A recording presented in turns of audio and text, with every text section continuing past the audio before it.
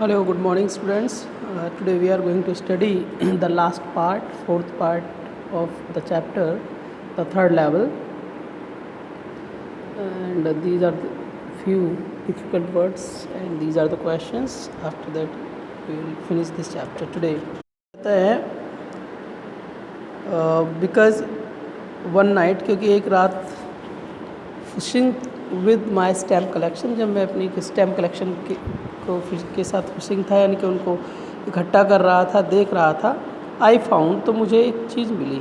Well, क्या था उसमें, क्या लिखा था? वेल, अच्छा। Do you know what a first day cover is? First day cover क्या होता है?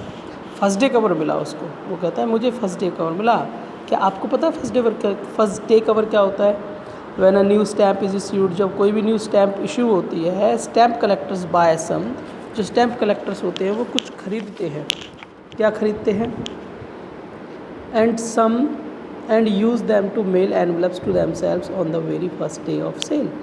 और जो सेल जिस दिन वो न्यू इशू होती है, और बेचने से पहले फर्स्ट डे पर ही, पहले दिन पर ही वो उसको क्या करते हैं, एनवलप पे यूज़ करते हैं।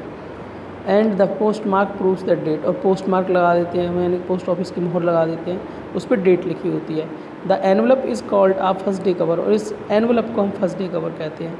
दे आर नेवर ओपन, इनको कभी भी नहीं खोला जाता है। You just put blank paper in the envelope, आप एनवलप में ब्लैंक पेपर डाल देते हैं, जिसको फर्स्ट डे कवर कहा जाता है। फर्स्ट डे कवर क्या होता है? एक एनवलप होता है जिस पे पोस्ट मार्क होता है, जो डेट को बताता है, और उस पर वो स्टैंप लगी होती है जो फर्स्ट डे इशू होती है। उसको सेल करने से पहले हर जो पोस्ट ऑफिस में लोग एम्प्लॉय होते थे, सेल करने से पहले फर्स्ट इश्यू जो स्टैम्प होगी, उनको सेल करने से पहले अपने घर वो भेज दिया करते थे एनवलप पे उसको चिपका के, ताकि उनके पास एक प्रूफ रह जाए भाई हाँ भाई नई इशू हुई थी ये टिकट, और उन्होंने अपने घर पे भेज दिया। और लेकिन जो एनवलप होता था उसमें कुछ लिखते नहीं थे, वो उसको फर्स्ट डे कवर कहते थे। और उसको पढ़ लेना और अच्छे से समझ में आएगा। दैट नाइट, उस रात क्या हुआ, among my oldest first day covers, जो मेरे पुराने फर्स्ट डे कवर थे पहले के, I found one that shouldn't have been there, कि उनमें से एक जो वहाँ पे होना नहीं चाहिए था वो था। बट देयर इट वॉज, लेकिन ये वहाँ पे था। It was there because someone had mailed it to my grandfather at his home in Gilsberg. ये वहाँ पे इसलिए था क्योंकि किसी ने मेरे फादर को जब गिल्सबर्ग में रहते थे वहाँ पे किसी ने भेज दिया होगा। That's what the address on the envelope said, और एनवलप पे वही एड्रेस लिखा हुआ था गिल्सबर्ग का। And it had been there since July 1894, और ये वहाँ पे 18 जुलाई से 1894 तक रहा था। The post mark showed that, post mark जो पोस्ट ऑफिस की मोहर होती थी उसमें डेट इसी तरह से शो थी। येट, फिर भी I didn't remember it at all, लेकिन फिर भी ये मुझे रिमेंबर नहीं कर पाया मैं इसका। The stamp was a 6 cent, जो स्टैम्प थी वो 6 सेंट की थी, डल ब्राउन, थोड़ी सी ब्राउन सी थी, with a picture of president Garfield, और वो प्रेसिडेंट थे वो, उनकी एक पिक्चर लगी हुई थी उस स्टैम्प पे। तो स्टैम्प पे क्या कहा था भाई, 6 सेंट की थी, वो डल ब्राउन थी, और उस पर प्रेसिडेंट गारफील्ड की फ़ोटो लगी हुई थी। Naturally when the envelope came to grandad in the mail, जब एनवलप ग्रैंड डैड के पास आया मेल में, it went right into his collection and stayed there, और ये उनके जहाँ वो इकट्ठा करके रखते थे अपने स्टैम्प्स को, वहाँ पे मेल्स को वहाँ पे उन्होंने रख दिए। वो जैसे पहले पुराने टाइम में तार से होता था, उस पर लटका देते थे अपने लेटर्स को, या फिर कहीं एक पर्टिकुलर जगह पर रख देते थे पुराने समय में, ऐसे उन्होंने वो रख दिया कलेक्शन में, वहाँ पे वो आ गया। फिर वो कहता है till I took it out and open it, जब तक मैंने उसको लिया और तब तक खोला, तब तक ये मेरे ग्रैंड डैड के कलेक्शन में ही था। The paper inside wasn't blank, जो पेपर इसमें अंदर था वो ब्लैंक नहीं था, इस पर कुछ लिखा हुआ था। क्या लिखा हुआ था भाई? 941 विलार्ड स्ट्रीट, गेल्सबर्ग, इलीजन, जुलाई 1894। ये भी पूछा जा सकता है, what was the address on the letter, ऐसे क्वेश्चन बन सकता है।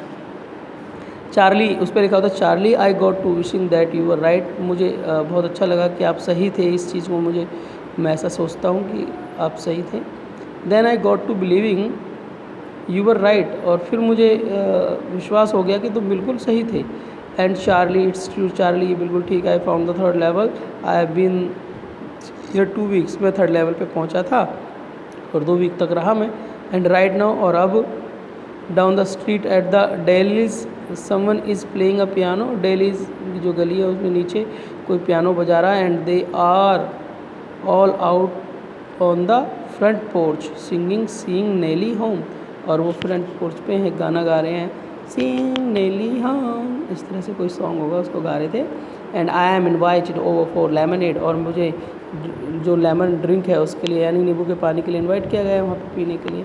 कम ऑन बैक, आप वापस आ जाएं, चार्ली एंड लुइजा, लुइजा और चार्ली तुम दोनों वापस आ जाओ।